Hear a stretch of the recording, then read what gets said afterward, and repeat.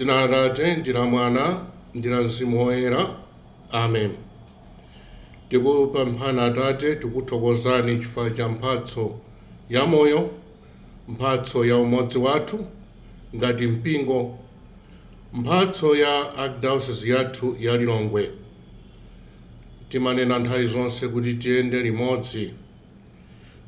limodzi nanu Ambuye, tiyende limodzi wina ndi mnzake ngati ophunzira anu, kuphunzira kwa inu amene muli mphunzitsi wamkulu.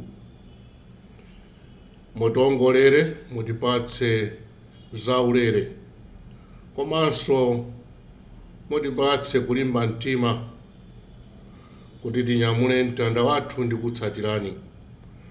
Tupempha zonsezi mwa Yesu Khristu Ambuye athu. Amen.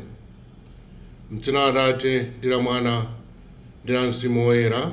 Amen. Abale ndi alongo, takumananso ndipo tikuthokoza Mulungu pa zambiri.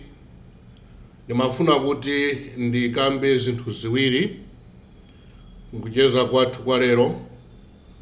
Zimenezi ndi zinthu zomwe zatichitikira, zimene wachita Mulungu mu archdiocese yathu. Dzina lake litamandike. Watiyang'ana mkuchepa kwathu ndipo watiyang'ana ndi chifundo, monga ananena Amayi Mariya nyimbo yake ija imene timatcha kuti Magnificat. Choyambirira chimene Mulungu atidalitsa nacho ndi ansembe amene alandira unsembe, ansembe 9, asanu ndi anayi. 9 ansembe atsopano, ndipo 7 mwa iwo ndi ansembe athu muno mu archdiocese ya Lilongwe. Awiriwa ndi amuzipani, chipani cha Palatine Fathers, ansembe a chipani cha Paloti, komanso chipani cha ansembe a Makapuchi, Mafransiskani a Capuchino. Ansembe 9 mphatso kuchoka kwa Mulungu. Unsembe umene walandira loweruka lapitali pamene nduna ya Papa Ambuye Gianluca Perich amene amakhala ku Zambia, tinawapempha kuti atidzozere ansembe amene ndipo agwira ntchito yayikulu. Alandira unsembe pa 18 July 2026. Choyambirira nchimenecho, ndipo amene tinaona zonse zikuchitika, taona kuti inali tsiku la chimwemwe archdiocese yonse, ndipo amene ansembe athu a diocese tawatuma m'maparish osiyanasiyana. Alandireni ansembe amene wali manja awiri, akubwera ndi chidwi, akubwera ndi moto woyaka umene alandira ku seminari kumene akhala kusulidwa zaka zonsezi. Alandireni ndi manja awiri, athandizeni pa ntchito yawo, aongolereni zina ndi zina, phunzirani kwa iwo, chifukwa nzeru zina zimene akubwera nazo ndi zofunikira kwambiri m'maparish mmene tawatuma. Komanso apempherereni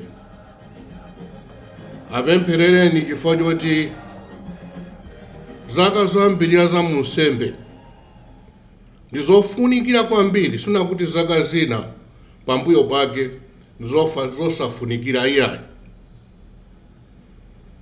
Ine pano chaka chino 2026 ndikhala ndikukumbukira zaka 30 mu unsembe, zaka 30 nazo zida unsembe ndi malemu Ambuye Archiepiscopi Tarcísio Ziyaye 14 May 1996. Ndiye ndikudziwa ndithu kodi kuyambira tsiku limene walandira munthu nsembe zimayenda bwanji munthu akamakha kuti akupitiriza kutumikira mu nsembe. Zaka 5 zoyambirira za mu nsembe, kumbali ina zimatha kumanga wansembe uja, komanso pena Satana akawerapo pa zaka 5 unsembe wa munthu umatha kuyamba kusokonekera. Ndi nthawi imene wansembe akusowa mapemphero ambiri, ndipo ndi uthenga umene ndapereka kwa ansembe athu amene alandira unsembe kuti chonde sungani bwino mphatso imeneyi, musalole kuti Satana akusokonezeni. Ndiyamba akusowa mapemphero kwambiri fa pa iwo okha pa munthu wawo sangakwanitse zonse. Chifukwa Yesu ananena kuti popanda ine simungathe kupanga kalikonse. Without me you can do nothing. Ndiye nkhani ndimeneyo tiwathandize, tiwalandire manja awiri, tiphunzire kwa iwo zimene akubweretsa, tiwaongolere apo ndi apo munthu samakhoza zonse. Ndimati ndipemphe mwanjira padera achinyamata maparishi, chifukwa yonso ansembe awa ndachinyamata twa. Khala nawoni pafupi, cheza nawoni, akuthandizeniso iwo pa malangizo awo kwa ino achinyamata. Komanso mwathandize kuwaongolera pena ndi pena, musaphunzitsenso makhalidwe oyipa. Uthenga unso kupita kwa makolo athu, azichemwali athu, komanso azichimwene athu. Athandizeni abale athu ansembe atsopano. Maparishi onse akadakonda kuti alandira ansembe, koma ndipovuta. Nthawi ina ndakamba pompano pa programu ino kuti kodi zimakhala bwanji tikamatumiza ansembe kuti akatumikire. Ndiye ena mwina mmayembekezera kuti ansembe amene watikutumizirani mmodzi kapena mwina awiri simunalandira wansembe wina apatsopano.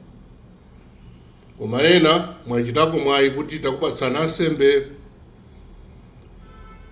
Tini mapulani otikuyesetsa kwambiri kuti zaka zikubwerazi Mulungu akatidalitsa ndi anyamata vocation, tiyesetsa kuti tiwasamale bwino kuti mwina nambala izifikako ya ikulu pang'ono kumapetoko, kuti titha kuponya apo ndi apo, kutumiza apo ndi apo, aliyense ndikupeza kwa ansembe atsopano. Ngeni mati ndikuthokozeni nonse chifukwa cha kudzipereka kwanu. Aliyense anagwira ntchito yotamandika. Ena analowa mthumba mwawo kupereka kandalama kuti chaka chimene chichiyende bwino. Ndipo ena anali kukwaya, ndikuthokozeni akwaya, kwaya ya azibambo okhaokha, munayimba bwino kwambiri. Azibambo ndi mawu kwa inu. Mbuyo muti madandaula nthawi zonse, azibambo sakubwera ku chalichi, azibambo. Ine ndikukumbukira nkhale ndini mwana ku parish kwathu, wansembe mangodandaula za azibambo. Koma lero taonani tindi CWC emwe ndeti naona pa misa imene kuti azibambo anatuluka kuimba mwachizibambo, koma motamandika mokondwa. Nkhalenso nduna ya episkopi inayamikira. Ndiye ndikuthokoza kwaya inu amene munatiimbira, ndikuthokoza azibambo, ndikuthokoza azimayi CWA ni mabungwe onse, chifukwa simunali CWA okhaya. Azimayi nonse simunati kumudwitsa, paliponse munalipo. kuyambira ku chikonzero cha chakachi maona ndithu mukuika maluwa zokongoletsa pamisa paja tinakuonani munali busy, komanso chakudya anthu anadya chakudya. Nkhale nduna apapa inandiuza kuti ayi akhristu achita zazikulu. Zikomo kwambiri. Mwanjira padera nthokoze a Bishop Mthandizi, Auxiliary Bishop Vincent Mwaphawu, amene mugwira ntchito yayikulu zedi inayoposedama ndikhala ndikufwera, ndipo ponjeza kwathu ndiwo nkale sinayike date yoti ndifika liti, koma ndifika ndithu. Sikuti episcopi amasangalala kuti sali ku diocese kwake, palibe. Sindingakambe zambiri, sikuti ndi kamwina ku mahape kapena ku zisangalatso za mdziko ndenda sowa ayi. Ake episcopi wanu sangapange zimenezo, zifukwa zake nzazikulu zimene zinaina kuti tizone tipange zina ndi zina. Ndiye pokambirana ndi nduna ya papa nawonso anaona kuti ayi chabwino mudzatiuza mukakoti mukonzeka mukubwerera. Ndiye ndithokoze Ambuye Mwaphawu chifukwa mwakhala mukupereka mauthenga amene khala ndikupereka, mwakhala mugwira ntchito yotamandika zedi. Ndine wothokoza kwa basi, nimayamika Mulungu chifukwa cha inuyo.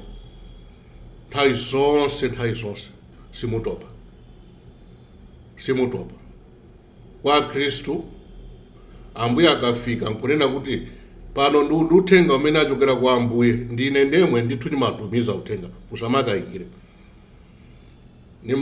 Nthawi zonse amandifunsa, Ambuye ndikupita kwakuti, podi pali uthenga? Ndipo ndimalemba bwinobwino nkuwatumizira. Pena ndimachita kulankhula audio, uthenga umene mutengepo mitu ina ndina, mitu 1, 2, 3, 4 mukauza Khristu. Ndendi zaine ndikupeza ndiposerapo. I miss Archdiocese, I miss Malawi, koma mungananene kuti zonse pa nthawi yake. Ndeti njoke pa nkhani imeneyo tibwere ku nkhani ya thumba la padera. Ndimafuna kuti titsogoze mawu a Mulungu choyambirira. Mawuwa akuchokera pa Mateyo 13, 31 mpaka na 32. Mateyo 13, 31 mpaka 32. Pano ndilibe Bible achichewa, ndiwerenga mawu malembo wa muchingerezi ndifotokozera. He told them another parable. The kingdom of heaven is like a mustard seed, which a man took and planted in his field. Though it is the smallest of all the seeds, yet when it grows, it is the largest of garden plants and becomes a tree, so that the birds come and perch in its branches. The Gospel of the Lord. Mateo akutuza fanizo la njere ya mtengo umene amatchula kuti mustard seed. Mtengo umenewu unali wodziwika nthawi imeneyo ku Israeli. Ni mtengo umene umatenga nthawi yayitali kuti ukule. Pali mitengo ina imene mukayipeza mayi muno ilipo, imene imaoneka ikulu yolimba kwambiri. Kale amene amacheka matabwa amana kuti mitengo imeneyo ndi yosiyana ndi mitengo ina. Ndiponso mitengo imene ndi yotetezedwa, sungangonyamula nkhwangwa kukayidulaya. Imatenga zaka ena kuti zaka 30, 40, 50 kuti tsono mtengo uja wakhazikika. Koma mutati mukaone kanchere kake ndi kakang'ono. Ndi mtengo umenewu umene Ambuye sakukamba mufanizo akuti utakula mtengo uja. Akuti kunabwera tsopano mbalame ndi kumanga mozisa mtengo muja kusanuka ndi mudzi wa mbalame.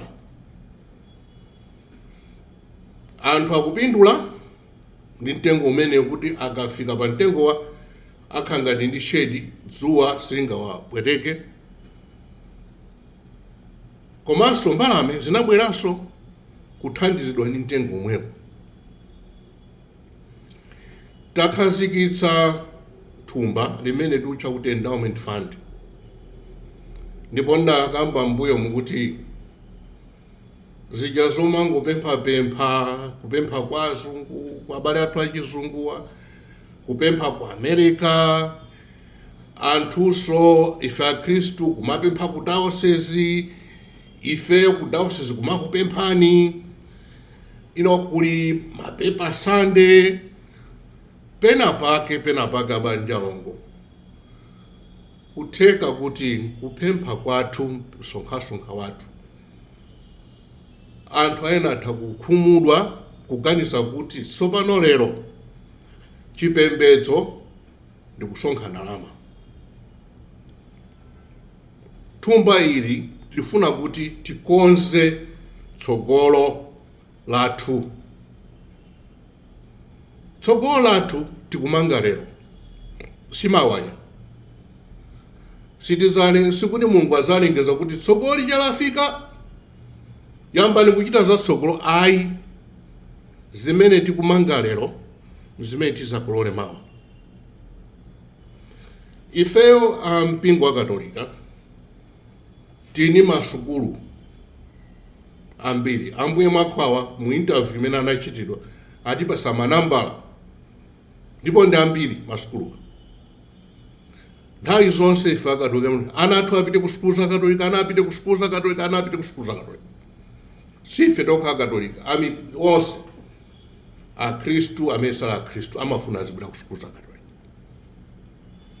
Tindi zipatala zathu zili m'midzi, kuti zipatala zimenezo zitsekedwe kapena zisagwire ntchito, anthu ambiri amwalira. Masisitiri athu mmenemo akugwira ntchito yayikulu kwambiri kuchiza anthu. Timene timati zipatala za mission. Tini mabungwe Kadikomu, Justice and Peace akumanga maprojekti ambiri m'midzi. Nanthu amagaza kuti mpingo wa Katolika ndi olemera. Mpingo wa Katolika solemera ndi kumbali na ndife amphawi yonse. Chimene ife mpingo wa Katolika timachita, zimene talandira timapereka kwa inu. Ukanakhala kuti mpingo wa Katolika uli ndi mtima ofuna kuderera pa zinthu, kathandizo kalikonse kamene timalandira sikanakupeza inu akhristu. Pamakhala kudzimana kuti anthu ena athandizidwe.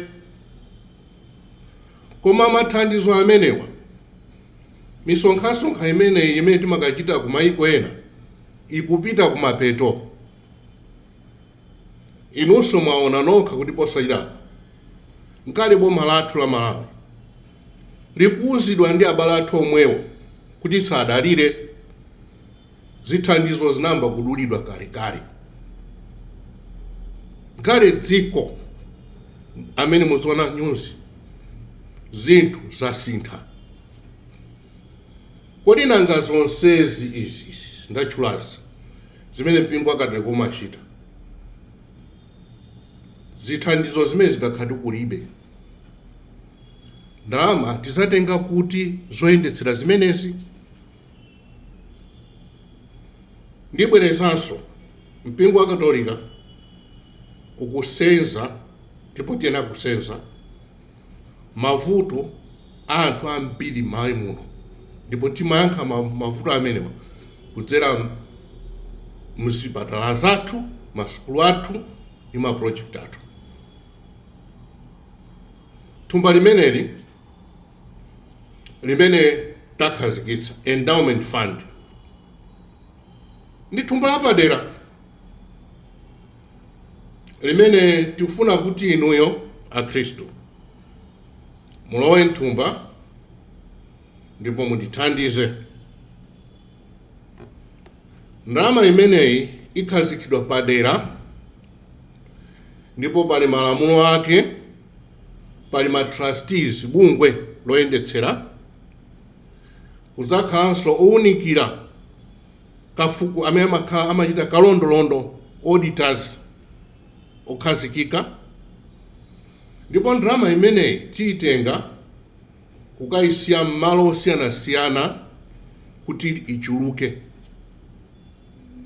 nakamba za fanizo la kambewu kakang'ono. Ndiye tikufuna kuti kambewu kameneka pamene mupereke inuyo kachuluke, usakhale mtengo waukulu. Mtengo umenewu ukakula, mbalame akutiza kuti zimabwera ndi kuzayika zisa zake. Mbalame zimenezo ndeziti. Inu nomwe akhristu, mtengo umene ukakula, masamba ake, zipatso zake, ndi inu nomwe mudzapindule nazo. Timayimba nyimbo, lero tilipo, mawa palibe ifenso. Amishonari anadzala mbewu. Parishi yonse mukapeza kuti kuli malo, kuli mtchalichi, chipatala, kuli nyumba ya nsembe ya masisteri. Azungu amaona zakutsogolo imene ijaso inali endowment yawo. Lero tikudyerera zimenezo. Abale athu achizungu ansembe ndi masistere akanakhala ndi wodzikonda kuti ayi ineyo ifeyo tili pano basi tifa pang'ono cha short time tikupita, palibe chimene tikanapeza ife, palibe. Ndeni mali ndipemphe chonde perekani molowa manja, nana kuti tikamangopempha pena pake kutsogoloso ino akhristu muzadala kuti ngopempha ndalama. Thumba ili likakhazikika ndipo likhazikika liyamba kupindula, tizipatso take tina tizingotenga tipatso thumba likhala kumweko likupindula kuchulukana. Zipatso zimenezozo tizika mmenemo ntchito zonsezi. Ndipo ndinayiwalanso ntchito ina, chisamaliro cha nsembe, chisamaliro cha masistere, nyumba zawo, paparishi. Tizika mmene momo. Ndiye tifuna kuti tichepetse kumakupemphani inuyo. Ine sinimasangala ngati bishop kuti tizika nthawi zonse pachichewa china chakamati kumakwenyana, gwirana pakhosi, tipatse ndalama. Ine sinimasangala. Ndipo ndikakha kuti ndaita ndokupepa Sunday sinimabisa mawu kuna kuti ili sitsogolo la mpingo. Chifukwa timapeza ndalama yochuluka koma mavuto samatha. Mavuto ena tizipeza njira zina kwina kuti ndalama zibwera kumasa tipanga akhristu tizikupemphani mtulo chifukwa ndi lamulo. Masika lamulo la mpingo. Koma ndikadakonda zinazi pali mwachisanzo kumafisi akuseminari, asemina athu akubwera athu asemina ambiri. Ndikadakonda kuti kutsogolo kuno tizingwangana kuthumba komweko kuti kumeneko pali kena kake kamene katingati kuponya uku basi zinthu ziziyenda. Muzipatala mankhwala azipezeka. Mudzakuti anthu ena akumamwalira ifune mankhwala osakaifuti matenda sanga chizidwe koma ifune mankhwala palibe. Palinso zipangizo za muzipatala. Munthu ampeza ni matenda, adokota akudziwa kuti matenda awa chimene chingathe kuthandiza kuti munthu achite ndi khadi operation chida chake ndi ichi, koma tilibe. Pali matenda ena zomvetsa chisoni, zira zothandizira matenda amene muno mwina zipo 5 zokha. Anthu kumanyamuka ku Lilongwe kupita ku Blantyre kufuna chida chimenechi. Ine ndikufuna kuti zinthu zimenezi kutsogolo kuno zakhale mbiri yakale. Ngati munthu uli kumudzi ungoyenda ukafika pa chipatala ukathandizidwa zonse pomwepo.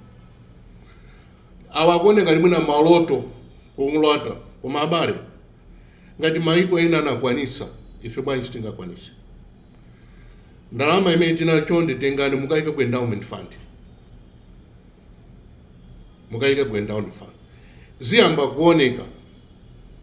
Komanso ena amana kuti kodi mmasa muli ndi ma shares kapena kuti ni ma shareholder ku Centenary Bank, si muli ndi banki. Kodi banki imene mukamayamba kupindula simungangotenga zomwezo za ku banki zo ndikuponya uku. Ine ndikuwuzani chinthu chimodzi, munthu sumayika mazirako mbasket imodzi. Mukafunsa amene amachita za business.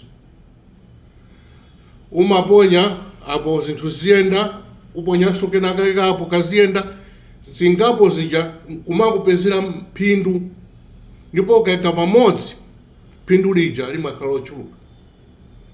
Ku banki uku kukazamba kutuluka, ndibwerezanso apa, kukazamba kutuluka chifukwa tikumanga banki. Sikuti banki yafika poti tizikatenga ndalama, koma ifika poserapo. Tizakuwuzaniso chifukwa Archdiocese ya Lilongwe should be a transparent bank.